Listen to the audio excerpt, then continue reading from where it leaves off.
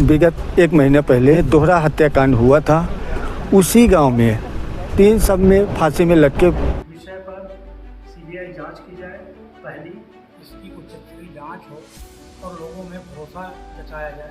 शाहपुर के अंतर्गत जो भी वहाँ के निरीक्षक हैं, जितने भी स्टाफ के मेंबर हैं, उनका स्थानांतरण हो।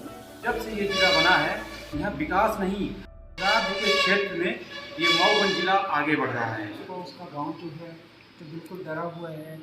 इससे ये साफ जाहिर हो रहा है कि थाना शाहपुर की जो कानून व्यवस्था है वो ध्वस्त है, वो खोखली है।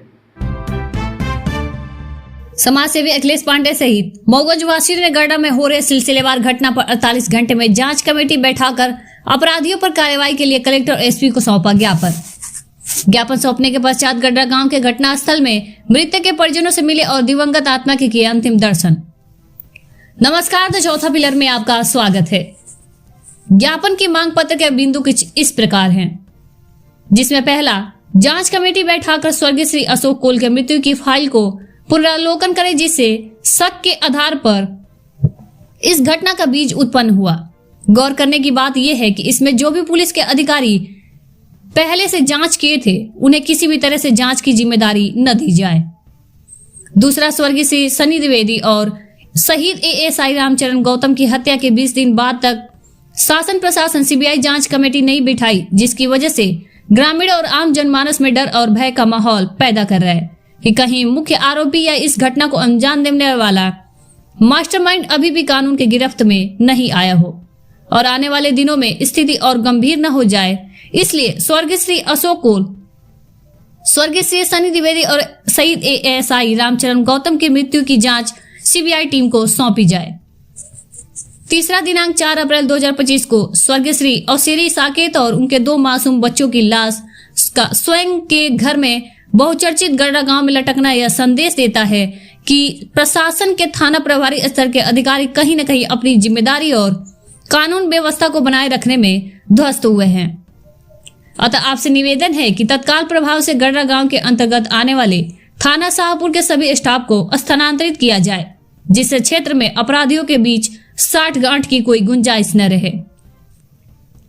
चौथा, स्वर्गीय श्री औसेरी साकिब की मृत्यु के 1 हफ्ते पहले उनके परिजन के संपर्क में आए सभी लोगों से प्रत्यक्ष और मोबाइल टावर की मैपिंग के माध्यम से जांच की जाए, जिससे इस दर्दनाक घटना पर जल्द पर्दा उठ सके और आम जनमानस का विश्वास शासन प्रशासन पर बना रहे। वहीं ज्ञापन के माध्यम से प्रशासन को आगाह किया गया कि अगले 48 घंटे के अंदर इस घटना की जांच कमेटी बैठाकर पूरी रिपोर्ट जनमानस के साथ साझा करें, नहीं तो सभी मानवता के पुजारियों का शासन प्रशासन से विश्वास उठ जाएगा और इस वेदना से पीड़ित लोग अपने दर्द को व्यक्त करने के लिए विकराल रूप धारण कर सकते हैं, जिसकी संपूर्ण जिम्मेदारी शासन प्रशासन की होगी। आज आप लोग किस उद्देश्य से यहाँ आए हैं एसपी कार्यालय? 4 तारीख को ऐसा जानकारी मिली कि वहाँ से गंध आ रही है, तो कल जब जा करके वहाँ पे देखा गया तो 3 लोगों की लाश कमरे के अंदर लटकती हुई थी। इसके विषय में आज हम यहाँ पे आए हुए हैं और आकर के कलेक्टर महोदय, एसपी महोदय को ज्ञापन सौंपे हैं, जिसमें मुख्य रूप से हमारी एक सूत्री मांग है कि इस विषय पर सीबीआई जांच की जाए, पहली। दूसरी, अशोक कोल की मृत्यु कैसे हुई उसकी जांच दोबारा की जाए और जांच करते वक्त इस बात का ध्यान रखा जाए कि जिन लोगों ने उसकी फाइल को देखा है और जो समझा है तो उन टीम को दोबारा न दिया जाए। दूसरी हमारी जो मांग है वो है कि थाना शाहपुर के अंतर्गत जो भी वहाँ के निरीक्षक हैं, जितने भी स्टाफ के मेंबर हैं, उनका स्थानांतरण हो, क्योंकि आईजी, कलेक्टर, एसपी ये बड़े लेवल पे तो हट गए हैं, लेकिन जिन्होंने अभी अपनी पैठ बना के रखी है, जो मुख्य रूप से वहाँ का देख रेख कर रहे हैं, इस चीज़ का समाज में अंदेशा है कि कहीं न कहीं पे वो अभी भी संलिप्त है।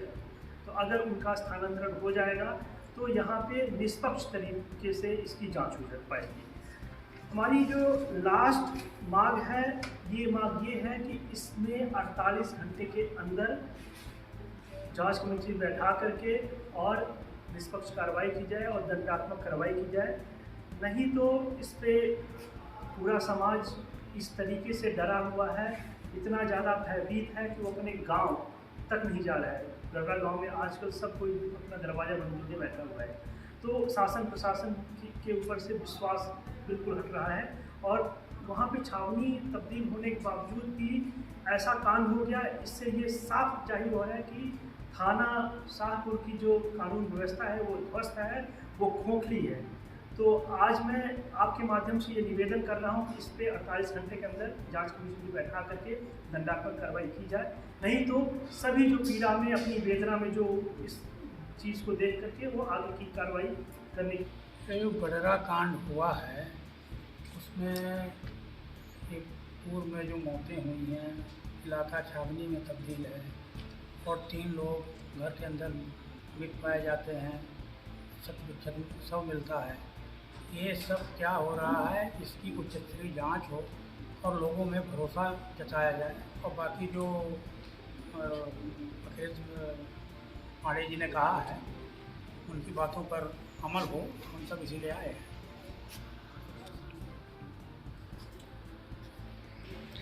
आज आप लोग यहाँ किस उद्देश्य से आए हैं?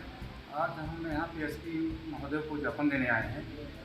जो गढ़ा में घटना घटी है, एक ही परिवार के 3 चिराग बुझ गए हैं, उसी के संदर्भ में आज हम आदरणीय बड़े भाई अखिलेश पांडे जी के नेतृत्व में यहाँ एसपी महोदय को ज्ञापन देने आए हैं। मऊगंज जिला हमारा जब से बना है, अभी नया जिला है, ये नया जिला बना है।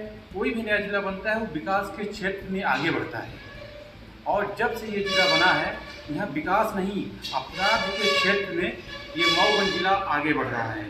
मेरा आदरणीय एसपी महोदय जी से अनुरोध है कि जो घटना घटी है गढ़ा गांव में, इसमें सही तरीके से जांच की जाए और मैं तो मांग करता हूँ सीबीआई जांच हो इसमें, तभी निष्पक्ष जो है वहाँ पे कौन किसकी वजह से, कौन इसके पीछे किसका हाथ है, सीबीआई जांच होगी तो सब सही निकल के सामने आएगा। और दूसरी बात जो है, मऊगंज जिले में नशीली दवाइयाँ, कोरेक्स, शराब ये अत्यधिक मात्रा में यहाँ पे बिक्री की जा रही है।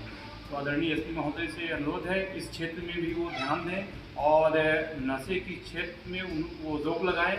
यही सब लेकर में एसपी महोदय जी के ज्ञापन देने आए थे अखिलेश भैया जी के नेतृत्व में। आज अब यहाँ किस लिए आए हैं?